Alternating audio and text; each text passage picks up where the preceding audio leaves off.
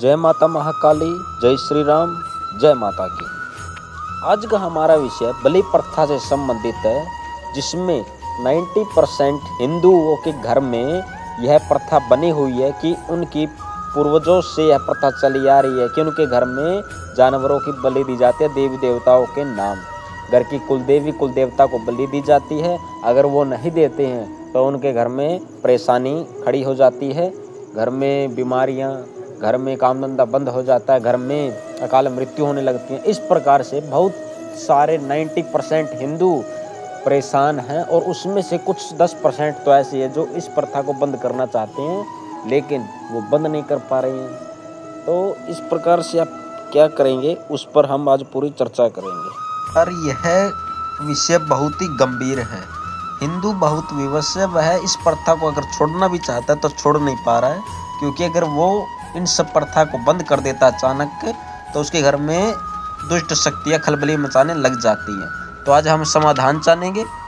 पहला समाधान आपको क्या करना होगा, आपको बालाजी की शरण ग्रहण करनी होगी, यानी हनुमान जी महाराज की, क्योंकि कलयुग के ऐसे भगवान हैं जिनका चारों युग में प्रताप है। अगर आप उनकी शरण ग्रहण नहीं करेंगे तो आपका कभी भी उद्धार नहीं हो सकता है, क्योंकि वो सात्विक भगवान हैं और दुष्ट शक्तियों को मार लगाने में प्रथम नंबर पर कार्य करते हैं। माना कि उसमें भैरवनाथ जी और माता महाकाली भी शामिल है, लेकिन वो भी एक तरह से उनको भी लोग तामसिक भोग लगा देते हैं, क्योंकि वो तामसिक रूप में भी चलते हैं और सात्विक रूप में भी चलते हैं। लेकिन हनुमान जी महाराज की शक्ति सिर्फ सात्विक रूप में कार्य करती है। इसलिए इन दुष्ट शक्तियों को हटाने के लिए, अपने घर की कुलदेवी कुल देवता का बंधन खोलने के लिए, उन्हें प्रसन्न करने के लिए आपको हनुमान जी महाराज को प्रसन्न करना ही होगा। और इसका एकमात्र यही उपाय है, तभी आप बलि प्रथा से छुटकारा पा सकते हैं।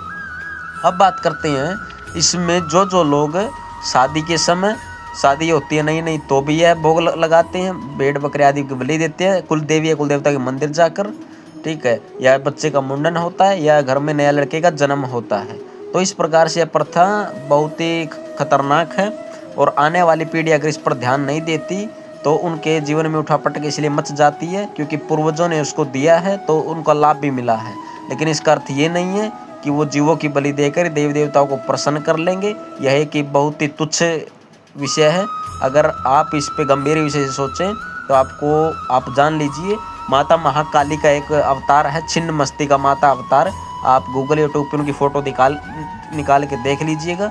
जब माता काली ने सभी असुरों का वध कर दिया था और उनकी योगिनियों ने उन असुरों को चबाड़ डाला था, उनका मांस और रक्त उन्होंने पी लिया, तो उसके बाद एक हद तक उनकी प्यास बुझ गई थी, लेकिन उनकी प्यास फिर से जागृत हो जाती है खून के लिए।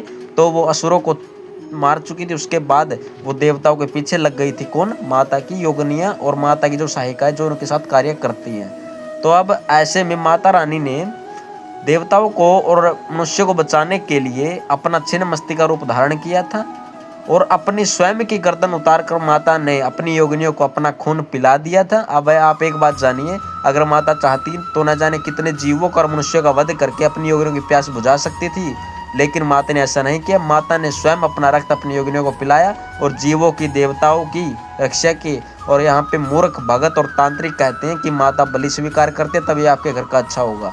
जैसे हम माँ के बच्चे हैं, मनुष्य माँ के बच्चे, वैसे वो बकरा, वो मुर्गा और आदि जीव भी माता के बच्चे हैं। अगर आप उनको काट कर माता को प्रसन्न करना चाहेंगे तो आपसे नीच कोई नहीं है। और आने वाले समय में आपका जो उद्धार जो होने वाला ना, आपको स्वयं ज्ञात हो जाएगा कि आप कितने स्तर तक आगे पहुंच पाएंगे। आप एकदम नीच व्यक्ति हैं और आप नरक के लायक हैं। आपको नरक में भी ऐसी जगह मिलेगी जहां पर हर किसी को नहीं मिलते, इतना घोर नरक आपको भुगतना पड़ेगा। 28 प्रकार के नरक, 28 प्रकार में ऐसा आपको नरक मिलेगा जहाँ पे कीड़े और बिच्छू सांप आपको नोच के खाएंगे, ऐसा भी नरक है। अब जो लोग सोचेंगे कि वो देखा जाएगा बाद में, तो वो आधा नरक यहाँ भुगतो और आधा नरक वहाँ भुगतो। तुम्हारी आने वाली संतान से जी नहीं पाएगी। तुम अभी तो मजे में बलि दे रहे हो, स्वार्थ के लिए अपने काट रहे हो उनको। बाद में ये शक्तियाँ उनको परेशान करेंगे, आपके आने वाले बच्चों को। वो आपको फिर आप ना इस घाट के रहोगे ना उस घाट के रहोगे, भूत प्रेत भी बनोगे और भगवान की मार भी झेलोगे, नरक भी प्राप्त करोगे। आपका ये जीवन भी बर्बाद और आपके बच्चों का भी बर्बाद और आने वाला जीवन भी बर्बाद, क्योंकि वो जगह जगह तांत्रिक के पास जाएंगे, वो फिर बलि देंगे, फिर उनका सर्वनाश होगा। इस प्रकार से उस घर का सत्यानाश होता चला जाता है, वो घर बर्बाद होता चला जाता है जिस घर में नीच शक्तियों को, दुष्ट शक्तियों को, भूत प्रेत पिशाच आदि को गंदा शराब भोग आदि लगा दिया जाता है माना कि भैरव बाबा को भी मदिरा लगती है, लेकिन वो भगवान है, उनको मदिरा देने का एक मुख्य कारण है क्योंकि वो भूत प्रेत आदि को मार लगाते हैं। उनका रूप इसी तरह से बनाया गया है कि वो मदिरा ग्रहण करेंगे तभी भूत प्रेतों का सर्वनाश करेंगे। माता महाकाली की योगिनियों को इसलिए बनाया गया कि वो असुरों का मांस चबाती। अगर उनका रक्त बीज होता तो वहाँ पे कोई शक्ति कार्य नहीं कर रही थी, तब माता ने उसकी हर रक्त की बूंद को अपने अंदर ले लिया था, तभी रक्त बीज का वध हुआ था। इस प्रकार से तामसिक शक्तियों का भी अपना कार्य होता है। अब वो माता है, वो भैरव नाथ जी, वो भगवान है, वो उनकी विषय अलग है। लेकिन भूत प्रेत पिशाच बेताल ये अलग विषय है। ये तो एकदम शुद्र और नीच शक्तियाँ होती है। अगर आप इनको पूजोगे तो आप अच्छे रहोगे, नहीं पूजोगे बलि देना बंद कर दोगे या आपके बच्चों की बलि लेना शुरू कर देंगे। अगर आपको हमारी वीडियो समझ में आई हो तो हमारे चैनल को सब्सक्राइब करें और लाइक और शेयर भी अवश्य करते। मिलते हैं अगली वीडियो में। जय माता की, जय मां छिन्नमस्तिका।